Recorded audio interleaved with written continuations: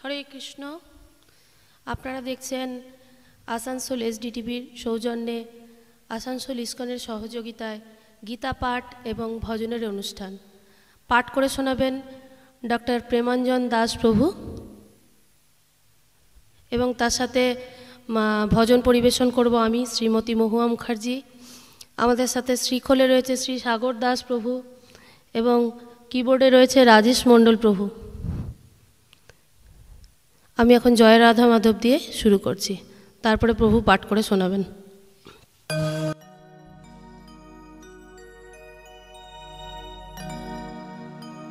জয় রাধা মাধব জয় কুঞ্জ বিহারী, জয় রাধা মাধব জয় কুঞ্জ বিহারী, জয় গোপীজন বল্লভ জয় গিরিবরধারী, জয় গিরিবরধারী, জয় রাধা মাধব কুঞ্জ বিহারী।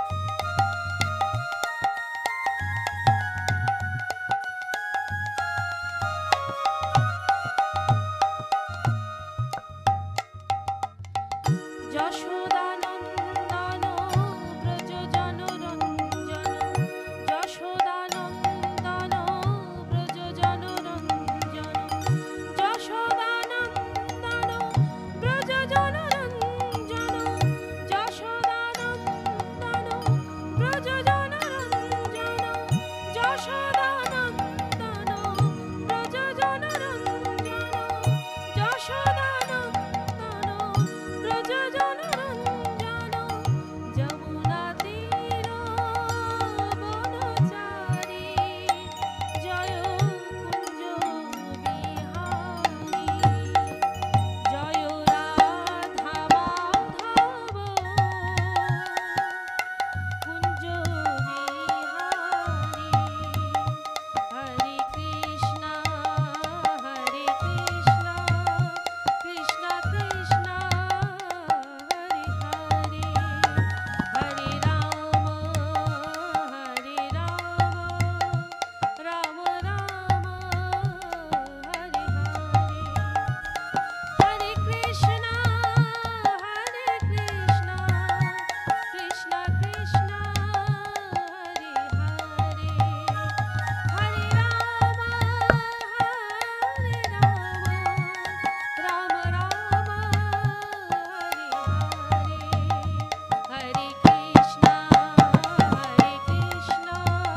কৃষ্ণ কৃষ্ণ হরে হরে, হরে রাম রাম রাম হরে হরে, হরে কৃষ্ণ কৃষ্ণ কৃষ্ণ হরে হরে, হরে রাম রাম রাম হরে হরে। জয় জয় জয় প্রভুপাদ প্রভুপাদ প্রভুপাদ প্রভুপাদ, জয় জয় জয় গুরুদেব গুরুদেব গুরুদেব গুরুদেব, নিতাই গৌর হরি বল হরি বল হরি বল হরি বল, নিতাই গৌর হরি বল হরি বল হরি বল হরি বল। হরে কৃষ্ণ। এখন প্রভুর পাঠ আপনারা শুনুন। অন্ধস্য জ্ঞানাঞ্জনশলাকয়া চক্ষুरुन्मिलितं येन तस्मै श्रीगुरवे नमः।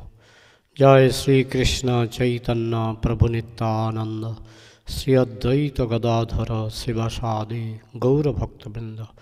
नमो विष्णुपदाय कृष्णपृष्ठाय भूतले श्रीमते भक्तिवेदांत स्वामिनिति नामिने, नमस्ते सारस्वती देवे गौरवाणी प्रचारिणे, निर्विशेष शून्यवादी पश्चात्तदशतारिणे। हरे कृष्ण।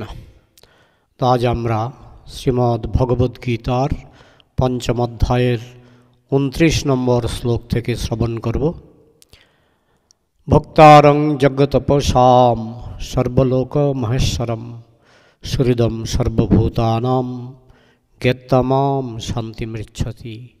এই শ্লোকটি ভগবদ্গীতার একটি অত্যন্ত গুরুত্বপূর্ণ শ্লোক, যেখানে ভগবান শ্রীকৃষ্ণ শান্তি লাভের ফর্মুলা, কী করে জীবনে শান্তি পেতে হয় সেই ফর্মুলা তিনি দিয়েছেন। তিনি এই শ্লোকে 3টি ফর্মুলা দিয়েছেন। ভক্তারং জগতপসাম, কৃষ্ণ বলছেন এই সংসারে আমরা যা কিছু আত্মত্যাগ করে থাকি, সেবা করে থাকি, সমস্ত সেবার মূল ভোক্তা হচ্ছেন কৃষ্ণ। কারণ আমরা ভোক্তা নই। ঠিক যেমন একটি দোকানে হয়তো 10 জন বা 30 জন কর্মচারী থাকে, তো তারা বেতন পায়, কিন্তু তারা মূল ভোক্তা নয়। মূল ভোক্তা হচ্ছেন ওই দোকানের মালিক। ঠিক তেমনি এই সংসারের মালিক হচ্ছেন ভগবান শ্রীকৃষ্ণ। তাই সমস্ত জীব যা কিছু করে, বিশেষ করে যখন কোনো সেবা কার্য, ভগবানের উদ্দেশ্যে যখন কোনো সেবা কার্য করে, তখন সেই সেবা কার্যের মূল রস আস্বাদন করেন ভগবান শ্রীকৃষ্ণ। এটি হচ্ছে শান্তি লাভের প্রথম ফর্মুলা, যে আমরা ভোক্তা নই। এখন এই যে সংসারে অশান্তি চলছে, তার প্রধান কারণ হচ্ছে আমরা কৃষ্ণের দেওয়া এই উপদেশ আমরা বুঝতে পারছি না। আমরা ভাবছি আমরাই ভোক্তা। প্রতিটি দেশে দেশে যে যুদ্ধ হয়, দেখা যাচ্ছে বর্তমান ইতিহাসে দেখা যায় যে প্রতি 10 বছর পর পর একটি করে যুদ্ধ হচ্ছে, খুব বড় যুদ্ধ। ইদানিং আপনারা অনেকেই জানেন বাংলাদেশে অশান্তি চলছে, এবং বিভিন্ন দেশে যে যুদ্ধ বিগ্রহ, ইউক্রেনে যুদ্ধ হচ্ছে। তো এই যে যুদ্ধের মাধ্যমে যে অশান্তি, তার একটাই কারণ যে কোনো দেশ ভাবছে আমি এই দেশের মালিক, কোনো মানুষ ভাবছে আমি এই জায়গাটার মালিক, তো সবাই ভাবছে আমি মালিক, আমি ভোক্তা। সবাই যা কিছু করছে তার যে উপার্জন, তার যে ফল, সেটা আমি ভোগ করব। তো এই জন্যই কিন্তু অশান্তি হয়। যখনই আমরা নিজেদেরকে ভোক্তা বলে মনে করি, তখনই অশান্তি হয়। শ্রীল প্রভুপাদ একটি খুব সুন্দর দৃষ্টান্ত দিয়েছেন, যে রাস্তার মধ্যে এক বস্তা চাল পড়ে আছে। তো একটা পাখি আসবে, সেই পাখি এসে চাল খাবে। তার যখন উদর পূর্তি হবে, তখন সেই পাখি উড়ে চলে যাবে। একটা গরু আসবে, সেই বস্তা থেকে গরু আকণ্ঠ চাল খাবে। তার যখন উদর পূর্তি হবে, সে সেখান থেকে চলে যাবে। এইভাবে বিভিন্ন প্রাণী এসে তারা তাদের যতক্ষণ না তৃপ্তি হয় তারা খায়, খাওয়ার পরে তারা চলে যায়। কিন্তু একটা মানুষ যদি আসে, সাধারণত যেটা হয়, মানুষ এসে দেখবে যে অনেক চাল আছে, এটা নিলে আমি হয়তো 1 মাস আমার আর চাল কিনতে হবে না। তাই সে রিক্সা খুঁজে বেড়ায়, টোটো খুঁজে বেড়ায়, যে একটা টোটো হলে আমি চালের বস্তাটাই নিয়ে যেতে পারি, যেটা পশু পাখি করে না। একটা পায়রা বা যে কোনো একটা পাখি, সে চাল খেয়ে চলে যায়। সে কিন্তু আগামীকালের জন্য বা আগামী মাসের জন্য সে কিন্তু চাল সঞ্চয় করতে চায় না।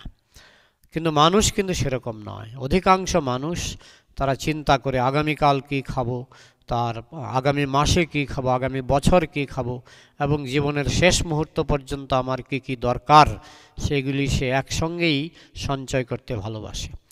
তো এই সঞ্চয় প্রবৃত্তির জন্যই আমরা যেহেতু ভাবছি আমি হচ্ছি প্রধান ভোক্তা, তাই আমার এটা সঞ্চয় করা দরকার, এটা সঞ্চয় করা দরকার। এইভাবে মানুষের মধ্যে যে সঞ্চয় প্রবৃত্তি, এই সঞ্চয় প্রবৃত্তির জন্যই মানুষের মধ্যে অশান্তি সৃষ্টি হয়। এবং বিভিন্ন দেশের রাষ্ট্রপ্রধানরা তারা মনে করে যে আমার দেশটাকে, আমার রাষ্ট্রটাকে আরও বাড়াতে হবে, তাই আমি যদি ওই রাষ্ট্রের সঙ্গে যুদ্ধ করি, তা আমি আরও কিছু ভূখণ্ড আমার দখলে আনতে পারবো। তো এইভাবে আমরা সবাই চাইছি সব কিছু ভোগ করতে। যেমন একটা কুকুরের সামনে যদি আপনি কিছু রুটি ফেলে দেন, সেখানে যদি কয়েকটা কুকুর থাকে, তো সব কুকুরগুলি সেই রুটি খাওয়ার জন্য ঝগড়া করে। তো যার ফলে একটা অশান্তি হয়ে যায়। আপনি পর্যাপ্ত রুটি দিলেও, আপনি যদি 5টা কুকুরের জন্য আপনি যদি 50টা রুটিও দিয়ে থাকেন, ঝগড়া তারা করবেই, কারণ তারা ভাবছে আমাদের কম পড়ে যাবে। মহাত্মা গান্ধী বলেছেন, there is everything sufficient for human need, but everything is insufficient for human greed. Everything is sufficient for human need, but everything is insufficient for human greed. মানুষের লোভের জন্য সব কিছুই অপর্যাপ্ত। কোটি কোটি টাকা পেলেও আপনার মনে হবে যে আপনার আরও দরকার, কিন্তু মানুষের প্রয়োজনের জন্য খুবই কম টাকার দরকার। There is everything sufficient for human need. আমাদের যতটুকু দরকার তার জন্য ভগবান পর্যাপ্ত পরিমাণে সৃষ্টি করেছেন, কিন্তু আমাদের যে লোভ, সেই লোভ থেকে আমরা মনে করি যে আমার আরও দরকার, আরও দরকার, আরও দরকার।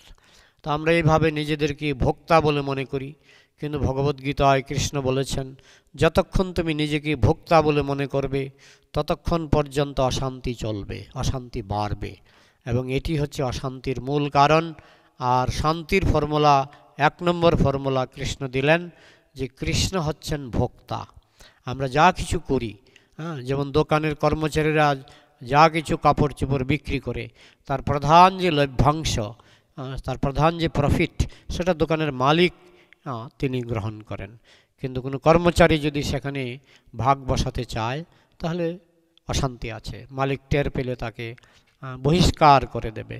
ঠিক তেমনি আমরা যদি ভগবানের জন্য কাজ করি এবং আমার যেটুকু অল্প দরকার সেটা ভগবান বলেছেন, তেন ত্যক্তেন ভুঞ্জিতা, তোমার যেটুকু দরকার সেটুকু ভোগ করো, আর যেটা তোমার অতিরিক্ত সেটা ভগবানের উদ্দেশ্যে, ভগবানের বাণী প্রচারের জন্য, তুমি ভগবানের প্রীতিবিধানের জন্য খরচ করো, তো তাহলে তো কোনো অশান্তি হবে না।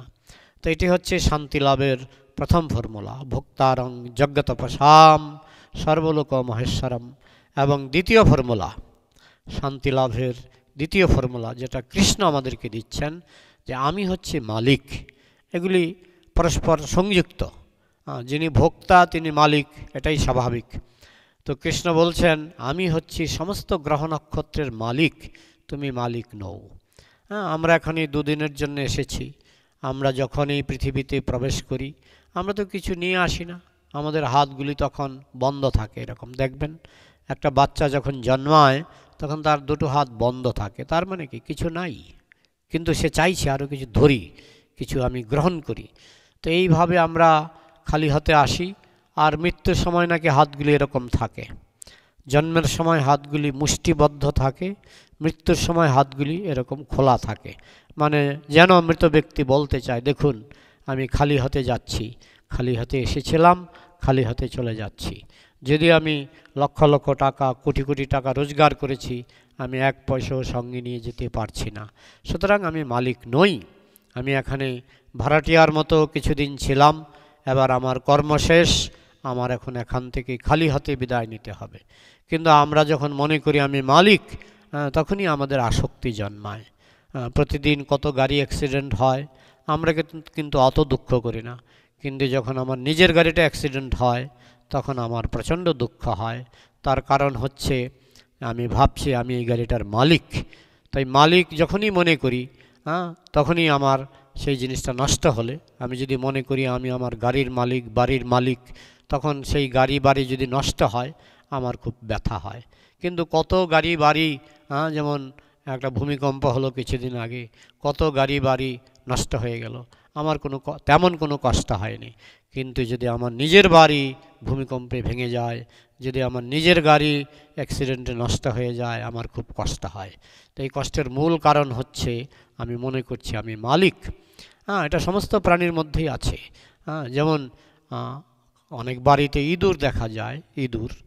তো ইঁদুরগুলি সারা রাত ধরে তারা হয়তো কোনো বস্তা কেটে চাল নিয়ে যাচ্ছে, চাল নিয়ে তাদের গর্তে ঢোকাচ্ছে।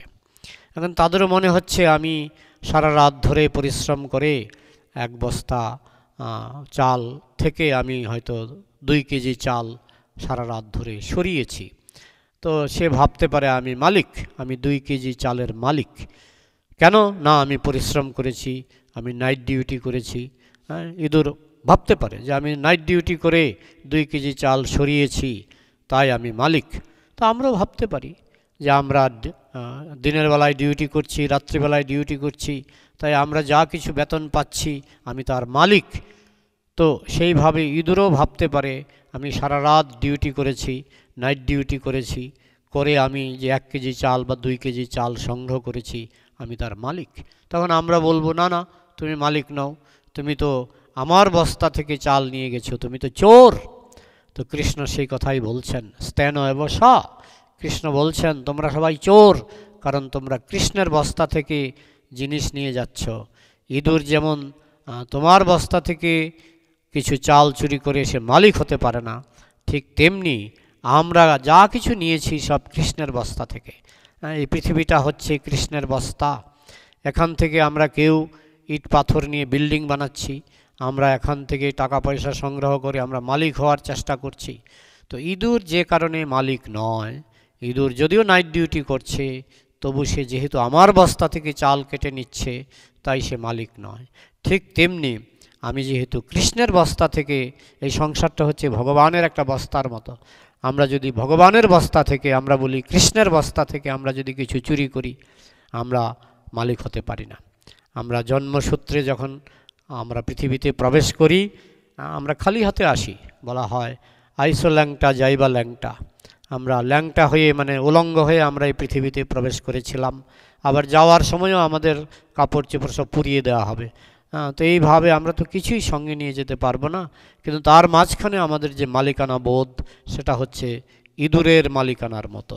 ইঁদুর যেমন নাইট ডিউটি করেও মালিক হতে পারে না যেহেতু সে অন্যের বস্তা থেকে চুরি করে, ঠিক তেমনি আমরা ভগবানের বস্তা থেকে চুরি করছি। তাই ভগবদ্গীতায় বলাই হয়েছে যে তুমি স্তেন এব স, সে হচ্ছে চোর, সে মালিক নয়, ভগবানের বস্তা থেকে চুরি করছে। তো এই জন্য কৃষ্ণ বলেছেন তুমি যা কিছু করো, যৎ করসি যদস্নাসি যজ্জুহসি দদাসি যৎ যৎ তপস্যসি কন্তয়া তৎকুরুষ্য মদর্পণম। যেহেতু আমি মালিক, কৃষ্ণ মালিক, তাই আমাদের সব কিছুই কৃষ্ণকে নিবেদন করা উচিত।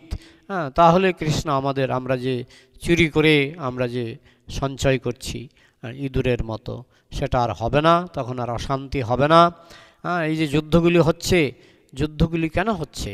সবাই ভাবছে আমরা মালিক। তো এই মালিক মনে করেই তো যুদ্ধ শুরু করে, যে আমি আর্মেনিয়ার মালিক, আমি আর্মেনিয়ার মালিক হব, রাশিয়া আর্মেনিয়ার মালিক হবে, যুদ্ধ চলছে। এই মালিকতার যে একটা মালিক হওয়ার যে প্রবণতা, যে পাশাপাশি প্রতিবেশী, হয়তো 2 কাঠা 2 কাঠা 4 কাঠা জমি, তো প্রতিবেশী মনে করে এখান থেকে আমি কয়েক ফুট জমি দখল করব, তো মানে কি আমি মালিক হব। তো মালিক হওয়ার প্রবণতা থেকেই কিন্তু অশান্তি। তাই কৃষ্ণ শান্তি লাভের দ্বিতীয় ফর্মুলা বলে দিলেন, তোমরা কেউ মালিক নও, তোমরা হচ্ছে ভাড়াটিয়া। তোমরা সঠিকভাবে কর্ম করো, কর্মের মাধ্যমে তোমরা ভাড়া পূরণ করো, আর মালিক হচ্ছি আমি কৃষ্ণ ভগবান, আমি হচ্ছে মালিক, তাহলে সংসারে শান্তি হবে। এখন ভাড়াটিয়া যখন মালিক হতে চায় তখন তো অশান্তি হবেই। তাহলে শান্তি লাভের প্রথম ফর্মুলা হচ্ছে প্রধান ভোক্তা হচ্ছেন কৃষ্ণ। ঠিক যেমন একটা দোকানের প্রধান ভোক্তা হচ্ছেন দোকানের ওই মালিক, সেখানে কর্মচারীরা বেতন পাবে কিন্তু প্রধান ভোক্তা নয়, ঠিক তেমনি এই জগতের প্রধান ভোক্তা হচ্ছেন কৃষ্ণ। যেমন আমরা দেখি জগন্নাথপুরীতে 56 ভোগ লাগানো হয়, তো 56 ভোগের প্রধান ভোক্তা হচ্ছেন জগন্নাথ। এখন আমি যদি মনে করি আমিও জগন্নাথের মতো 56 ভোগ খেয়ে নেব, তাহলে আমার তো আমাশা হয়ে যাবে, আমার তো ডায়রিয়া হয়ে যাবে। তো আমি কখনো ভগবানের সঙ্গে টেক্কা দিতে পারি না। আমাকে বুঝতে হবে ভগবান কৃপা করে আমাকে যেটুকু বেতন দেবেন, আমি সেইটুকু বেতন নিয়ে সন্তুষ্ট থাকব, কিন্তু আসল মালিক হচ্ছেন ভগবান।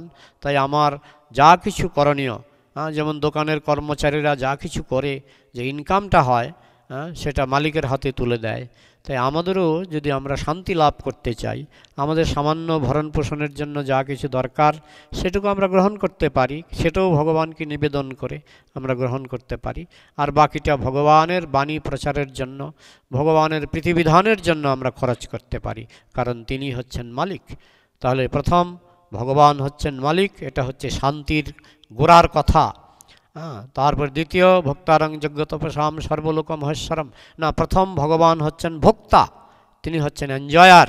তিনি 56 ভোগ খেতে পারেন, আমি 6টা ভোগও খেতে পারবো না। তিনি হচ্ছেন, কৃষ্ণ হচ্ছেন এনজয়ার। হ্যাঁ, ভক্তারং যজ্ঞতপসাম সর্বলোক মহেশ্বরম। কৃষ্ণ হচ্ছেন মালিক, আমি মালিক নই। আমরা এখানে ভাড়াটিয়ার মতো প্রবেশ করি, আবার বিদায় নিয়ে চলে যাই। ঠিক যেমন রেলগাড়ির ভেতরে আমরা গিয়ে একটা সিট দখল করি, কয়েক ঘন্টা জার্নির পর সিটটা ছেড়ে দিই, ঠিক তেমনি আমরা এই পৃথিবীতে প্রবেশ করি জন্মের মাধ্যমে, আবার মৃত্যুর মাধ্যমে। রেলগাড়ির সিট যেভাবে ছেড়ে দিয়ে আমরা চলে যাই, ঠিক সেই রকম মৃত্যুর মাধ্যমে আমরা আমাদের সংসারের যে সিট ভগবান যেটা দিয়েছেন, বাড়ি ঘর গাড়ি যা কিছু হোক, সেটা আমরা ছেড়ে দিয়ে চলে যাই।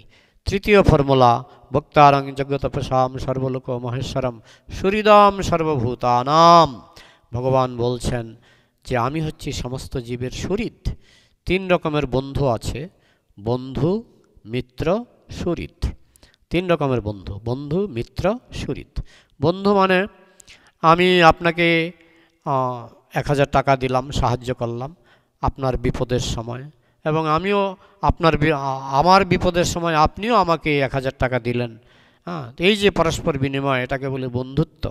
বন্ধুত্ব, আপনার বিপদে আমি আছি, আমার বিপদে আপনি আছেন, সেটাকে বলে বন্ধুত্ব। তো বন্ধুত্ব 2 পাক্ষিক, আমি আপনাকে সাহায্য করব, আপনি আমাকে সাহায্য করবেন। এটা হচ্ছে এক ধরনের বন্ধু। আরেক ধরনের বন্ধু হচ্ছে মিত্র। মিত্র মানে আমি আপনাকে সাহায্য করব, কিন্তু আপনার কাছ থেকে কোনো সাহায্য নেব না। এটা হচ্ছে মিত্র। এটা আরেকটু উন্নত বন্ধুত্ব, যে আমি আপনাকে সাহায্য করব বা আপনি আমাকে সাহায্য করবেন, কিন্তু বিনিময়ে আপনি কিছু প্রত্যাশা করবেন না, সেটা হচ্ছে মিত্রতা। তাহলে বন্ধুত্ব মানে আপনিও আমাকে সাহায্য করবেন, আমিও আপনাকে সাহায্য করব। আর মিত্রতা হলো একপাক্ষিক, আমি আপনাকে সাহায্য করব কিন্তু আপনি আমাকে সাহায্য করলেন না, সেটা হচ্ছে মিত্রতা। আর কি? সুহৃদ। সুহৃদ মানে আপনি যদি আমার ক্ষতিও করেন, আমি আপনাকে সাহায্য করব। হ্যাঁ, যেমন পিতামাতা, পিতামাতা হচ্ছেন আমাদের সুহৃদ। হ্যাঁ, আমরা যদি পিতামাতার ক্ষতিও করি, পিতামাতা কিন্তু আমাদের সন্তানের ক্ষতি করে না। তো কৃষ্ণ বলছেন আমি সুহৃদ, তার মানে তোমরা যদি আমার ক্ষতিও করতে চাও, তাহলেও আমি তোমার উপকার করব। তাই আমরা সকলেই ভগবানের ক্ষতি করতে চাই, ভগবানের আইন মানি না, ভগবানের নির্দেশ মানি না, পাপ করি, অন্যায় করি। তা মানে কি? আমরা ভগবানের বিরুদ্ধে আচরণ করছি।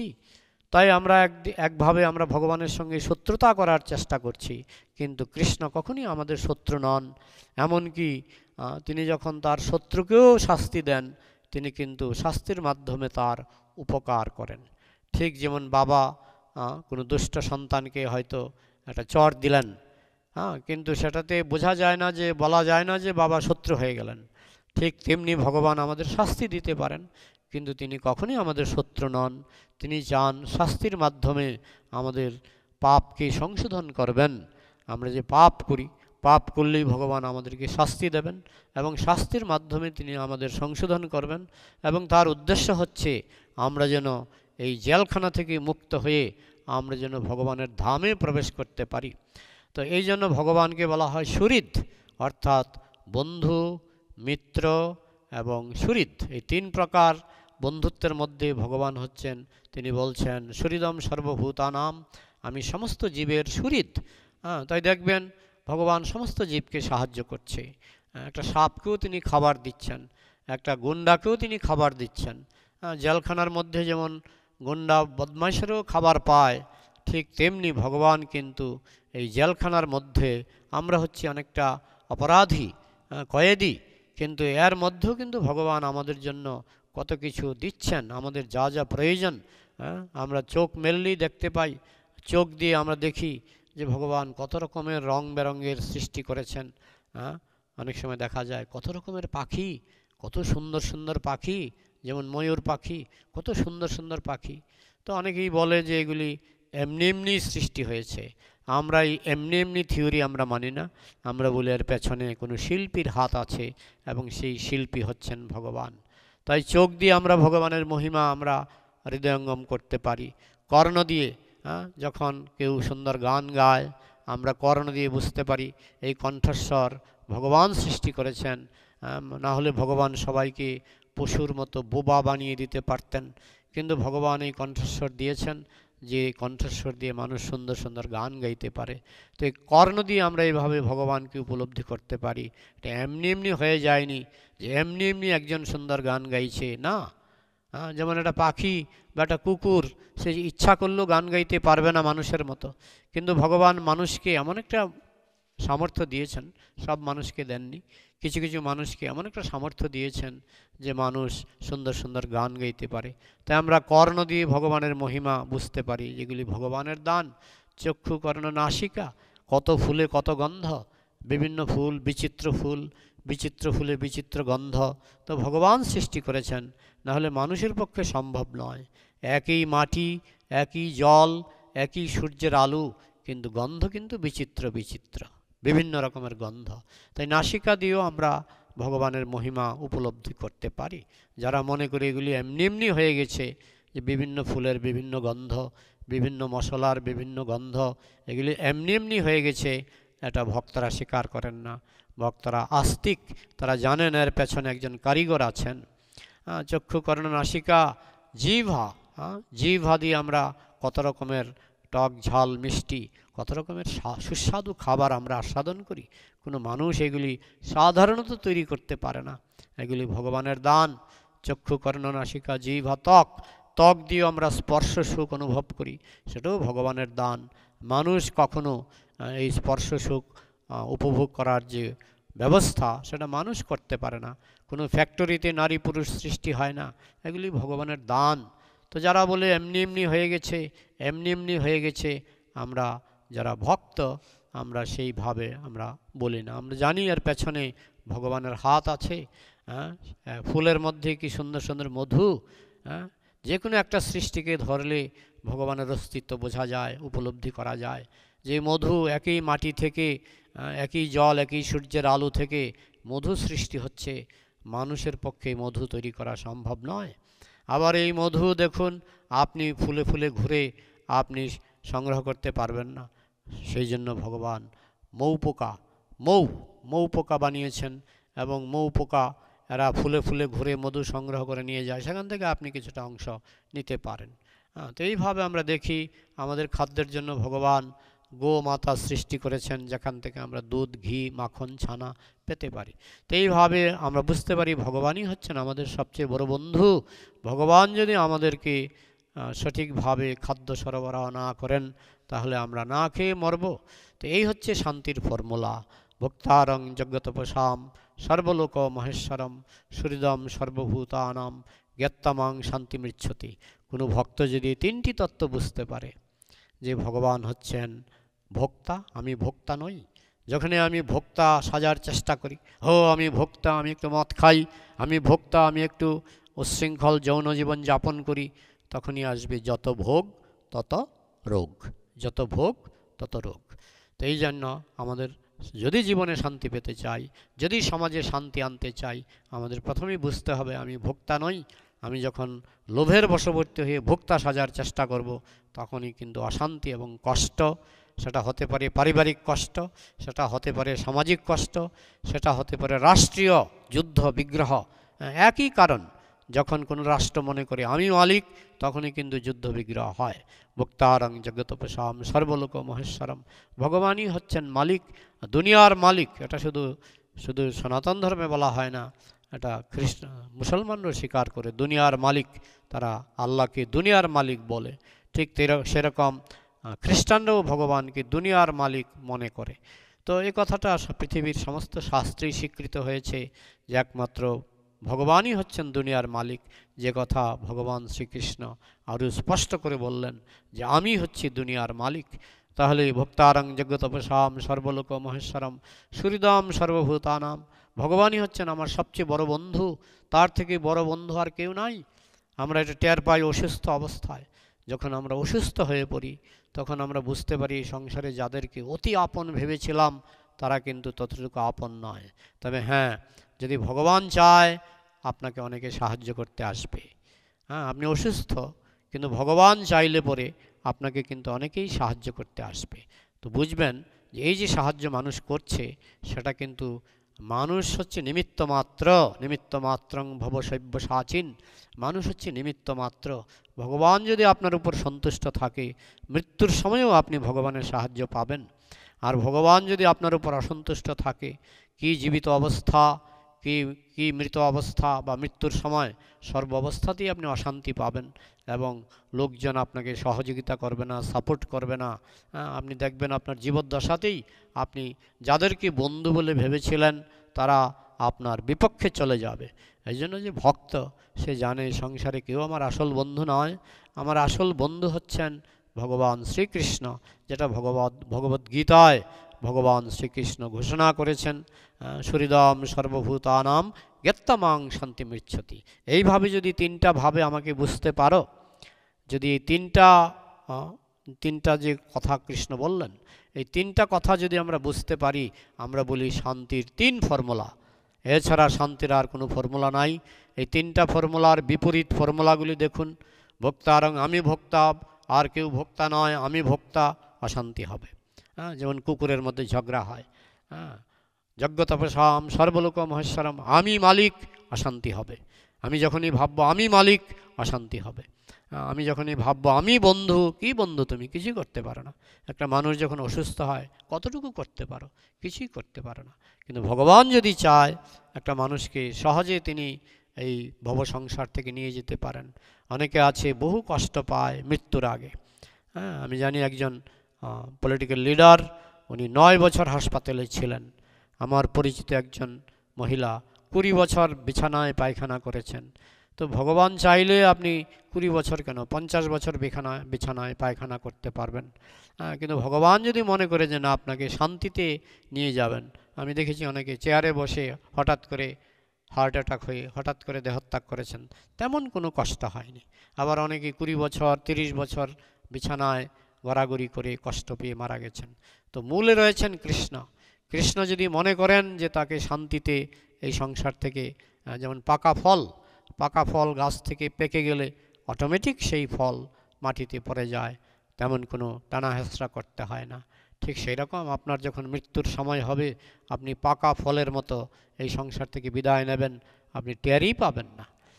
এমনকি বাইরের দিক থেকেও যদি মনে হয় যে আপনার অনেক কষ্ট হচ্ছে, ভীষ্মের শরশয্যায় আমরা দেখি ভীষ্মের সমস্ত শরীরে তীর ফুটেছিল, কিন্তু ভাগবতে লেখা আছে যে তার তেমন কোনো কষ্ট হয়নি। তিনি হাসতে হাসতে ভীষ্মগীতা বলেছিলেন এবং ভীষ্মগীতা বলতে বলতে তিনি ইচ্ছামৃত্যুবরণ করেছিলেন। তার শরীরে যদিও তীর ফুটেছিল, তিনি তেমন কোনো কষ্ট পাননি। তাই বাইরে থেকে মনে হয় কষ্ট, কিন্তু ভক্তের জীবনে তেমন কোনো কষ্ট নাই। যত দেখো বৈষ্ণবেরও ব্যবহার দুঃখ, নিশ্চয়ই জানিহ সেই পরানন্দ সুখ। বিষয় মদান্দ সব কিছুই না জানে, বিদ্যামদে ধনমদে বৈষ্ণব না চিনে। তো এইভাবে আমরা দেখি পরীক্ষিত মহারাজ, আমরা দেখছি তাকে সাপে তক্ষক নাগ তাকে দংশন করেছিল, কিন্তু তিনি হাসতে হাসতে দেহত্যাগ করেছিলেন, কারণ বৈষ্ণবের কোনো দুঃখ নাই। বৈষ্ণব সর্ব অবস্থাতেই তিনি হচ্ছেন বুলেট প্রুফ গাড়ি। যেমন তাকে বুলেটে বিদ্ধ করলেও গাড়ির কোনো ক্ষতি হয় না, ঠিক তেমনি আমরা দেখেছি পরীক্ষিত মহারাজ তাকে তক্ষক নাগ দংশন করেছেন, কিন্তু পরীক্ষিত মহারাজ হাসতে হাসতে এই সংসার থেকে বিদায় নিয়েছেন। তো এইভাবে ভক্তরা সর্বদাই সুখী, চিরসুখী। এটি হচ্ছে ভক্তির চাবিকাঠি। যেমন যুধিষ্ঠির মহারাজ, তিনি 12 বছর বনবাস এবং 1 বছর অজ্ঞাতবাসে ছিলেন, কিন্তু তা সত্ত্বেও তিনি যে শান্তিতে ছিলেন, দুর্যোধন রাজপ্রাসাদে থেকেও সেই শান্তি পাননি। বলা হচ্ছে দুর্যোধন রাজপ্রাসাদে সোনার পালঙ্কে ঘুমাতেন, কিন্তু তার মনে হতো তিনি কাটার পালঙ্কে ঘুমাচ্ছেন। কিন্তু যুধিষ্ঠির মহারাজ বনবাসে তিনি বিচুলি শয্যায়, বিচুলি ধানের যে ধান গাছ, সেই শয্যায় তিনি ঘুমাতেন, কিন্তু তার কাছে মনে হতো তিনি সোনার পালঙ্কে ঘুমিয়ে আছেন। আর দুর্যোধন সোনার পালঙ্কে ঘুমালেও দুর্যোধনের কাছে মনে হতো তিনি যেন কাটার পালঙ্কে শুয়ে আছেন। তাহলে আমরা বাইরে থেকে আমরা কে কেমন আছি সেটা বড় কথা নয়, বড় কথা হচ্ছে আমাদের যে আন্তরিক শান্তি, সেটাই হচ্ছে বড় কথা। আর সেটা সম্ভব একমাত্র কৃষ্ণ ভাবনামৃতের বিকাশের মাধ্যমে। তো এই জন্যই আমাদের শাস্ত্রে বলা হয়েছে যে তুমি বাইরে থেকে টাকা পয়সা দিয়ে শান্তি পাবে সেটা ভেবো না। টাকা পয়সা অনেকেরই আছে, ছিল, অনেকেই আছে আমরা জানি, জেল ভুগছে, কোটি কোটি টাকার মালিক জেলের ভিতরে পড়ছে। তাহলে কোটি কোটি টাকার মালিক হওয়াটা বড় কথা নয়, বড় কথা হচ্ছে কৃষ্ণের কৃপা। আপনার যদি কৃষ্ণের কৃপা থাকে আপনি অল্প টাকাতেও সুস্থভাবে জীবনযাপন করে এই পৃথিবী থেকে বিদায় নিতে পারবেন আনন্দের সঙ্গে। আর যদি কৃষ্ণ কৃপা না থাকে আপনি কোটি কোটি টাকার মালিক হয়েও, আমি যেমন একটা দৃষ্টান্ত দিলাম যে একজন পলিটিক্যাল লিডার 9 বছর একটানা 9 বছর কোমায় ছিলেন, ডায়াবেটিক কোমা, আপনারা জানেন, সকলেই জানেন, একজন বিখ্যাত পলিটিক্যাল লিডার, তিনি 9 বছর ধরে কোমায় ছিলেন, কোটি কোটি টাকা খরচ করেছেন, কখনো জার্মানিতে কখনো আমেরিকায়, তিনি বিভিন্ন হসপিটালে চিকিৎসা করেছেন, কিন্তু ভগবানের ইচ্ছা না হলে কোটি কোটি টাকা আপনাকে কোনো সুরক্ষা বা তৃপ্তি দিতে পারবে না। আর ভগবানের কৃপা হলে আপনি শাক ভাত খেয়েও শান্তিতে থাকতে পারবেন। তো যাই হোক, আজকে আমাদের প্রধান আলোচ্য বিষয় ছিল শান্তির ফর্মুলা। বিভিন্ন সমাজবিজ্ঞানী তারা নানাভাবে শান্তির ফর্মুলা স্থাপন করার চেষ্টা করছে। রাশিয়াতে তারা ভেবেছিল লেনিনের মত অনুসরণ করলে তারা শান্তি পাবে, কিন্তু বেশি না 50 বছরও যায়নি। রাশিয়াতে তারা 50-60 বছর লেনিনের মত মেনে চলেছিল। তারপর রাশিয়ানরাই সমস্ত রাশিয়া জুড়ে যত লেনিনের মূর্তি ছিল তারা নিজে হাতে সব ভেঙে ফেলেছেন, কারণ তারা বুঝতে পেরেছেন ওই লেনিন যে শান্তির ফর্মুলা দিয়েছেন তাতে কাজ হবে না। কিন্তু আমরা দেখি ভগবদ্গীতায় যে শান্তির ফর্মুলা দেওয়া আছে, সেই শান্তির ফর্মুলা যদি আমরা জীবনে প্রয়োগ করতে পারি আমরা জীবনের সর্ব অবস্থাতেই শান্তি পাব। সেই জন্যই ভগবানের লীলাতে আমরা দেখি ভক্তদের লীলাগুলি খুব দুঃখময় বলে মনে হয়। পরীক্ষিত মহারাজ সাপের কামড়ে মারা গেলেন, যুধিষ্ঠির মহারাজ 12 বছর বনবাস, 1 বছর অজ্ঞাতবাসে কাটালেন, ভীষ্মদেব তার সমস্ত শরীরে তীর ফুটেছিল। বাইরে থেকে মনে হচ্ছে ভগবানের ভক্তরাই কেবল অশান্তি পাচ্ছে, কিন্তু শান্তি অশান্তি ব্যাপারটা এইভাবে বিচার করা যায় না। শান্তি অশান্তি ব্যাপারটা হচ্ছে ভিতরের ব্যাপার। ভেতর থেকে কেউ যদি দিব্য চেতনায় যদি আপ্লুত থাকে তাহলে জীবনের যে কোনো পরিস্থিতিতে তিনি শান্তি লাভ করতে পারেন। তো এটি হচ্ছে ভগবদ্গীতার 5ম অধ্যায়ের 29 নম্বর শ্লোকের সংক্ষিপ্ত তাৎপর্য।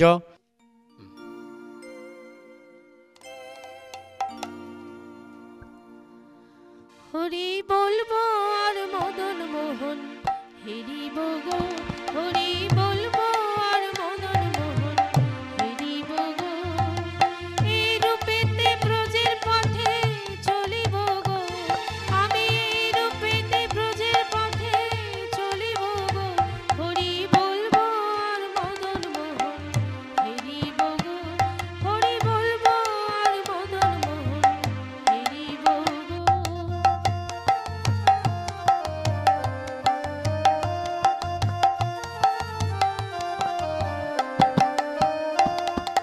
যাব গো ব্রজেন্দ্রপুর, হব গোপী পায়ের অনুকূল, যাব গো ব্রজেন্দ্রপুর, হব গোপী পায়ের অনুকূল, নূপুর হয়ে রুনু ঝুনু বাজিব গো, আমি নূপুর হয়ে রুনু ঝুনু বাজিব গো, হরি বলবো আর মদন মোহন হেরিব গো, হরি বলবো আর মদন মোহন হেরিব গো।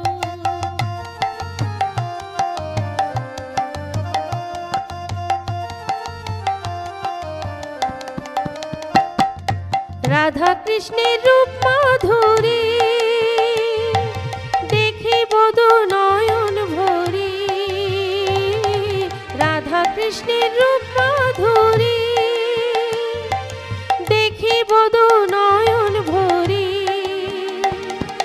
নিকুঞ্জের দ্বারের দ্বারে রহিব গো, আমি নিকুঞ্জের দ্বারের দ্বারে রহিব গো, হরি বলবো আর মদন মোহন হেরিব গো, হরি বলবো আর মদন মোহন হেরিব গো।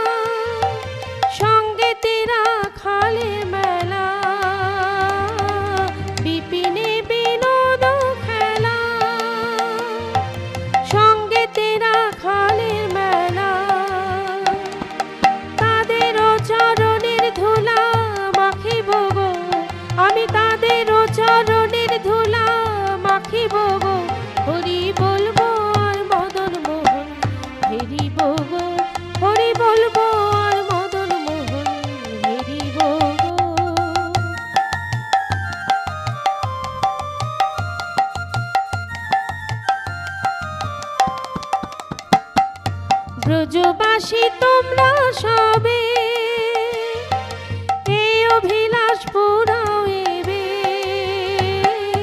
ব্রজবাসী তোমরা সবে, এই অভিলাষ পুরাও এবে। আর কবে কৃষ্ণের বাঁশি শুনিব গো, আমি আর কবে কৃষ্ণের বাঁশি শুনিব গো, হরি বলবো আর মদন মোহন হেরিব গো, হরি বলবো আর মদন মোহন হেরিব গো।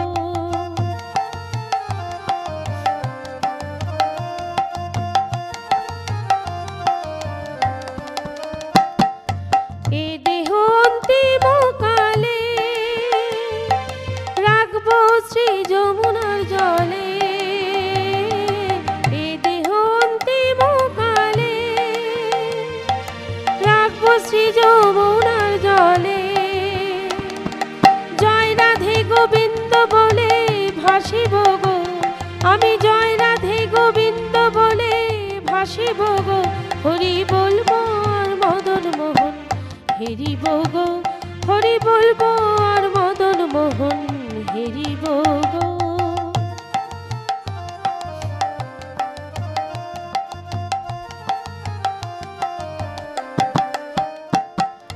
কহে নরোত্তম দাস না পুরিল অভিলাষ, কহে নরোত্তম দাস না পুরিল অভিলাষ। আর কবে ব্রজে বাস করিব গো, আমি আর কবে ব্রজে বাস করিব গো, হরি বলবো আর মদন মোহন হেরিব গো, হরি বলবো আর মদন মোহন হেরিব গো। এই রূপেতে ব্রজের পথে চলিব গো, আমি এই রূপেতে ব্রজের পথে চলিব গো, হরি বলবো আর মদন মোহন হেরিব গো, হরি বলবো আর মদন মোহন হেরিব গো, হরি বলবো আর মদন মোহন হেরিব গো।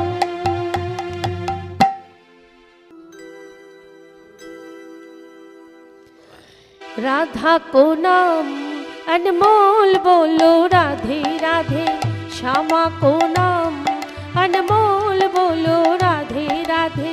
ब्रह्मा भी बोले राधे, विष्णु भी बोले राधे, ब्रह्मा भी बोले राधे, विष्णु भी बोले राधे।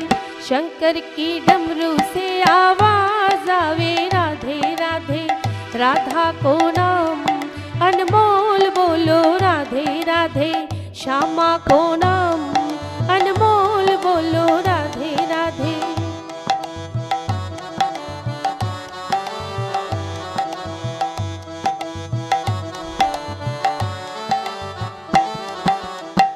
गंगा भी बोले राधे, यमुना भी बोले राधे, गंगा भी बोले राधे, यमुना भी बोले राधे। सरयू के धार से आवाज आवे राधे राधे, सरयू के धार से आवाज आवे राधे राधे। राधा को नाम अनमोल बोलो राधे राधे, श्यामा को नाम अनमोल बोलो राधे राधे।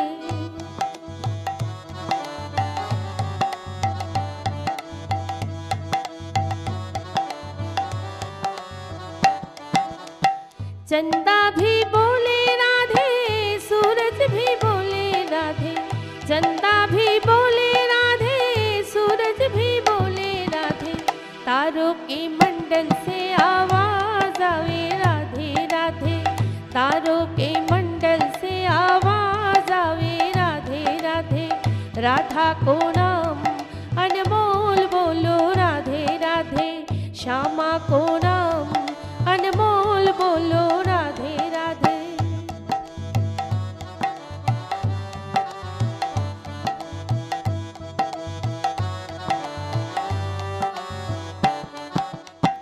गैया भी बोले राधे, वचना भी बोले राधे, गैया भी बोले राधे, वचना भी बोले राधे। दूध की धार से आवाज आवे राधे राधे, दूध की धार से आवाज आवे राधे राधे, राधा को नाम अनमोल बोलो राधे राधे, श्यामा को नाम अनमोल बोलो राधे राधे।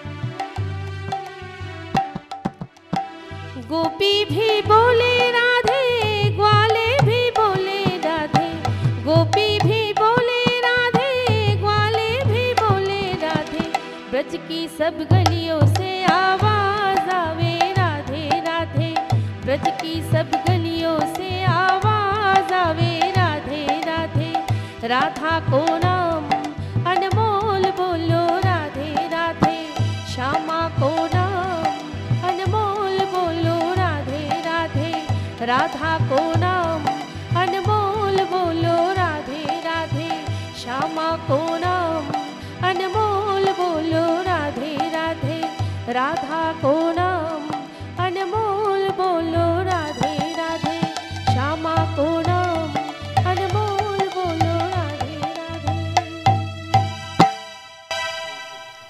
আমরা এখানে আমাদের অনুষ্ঠানের বিরাম দিচ্ছি।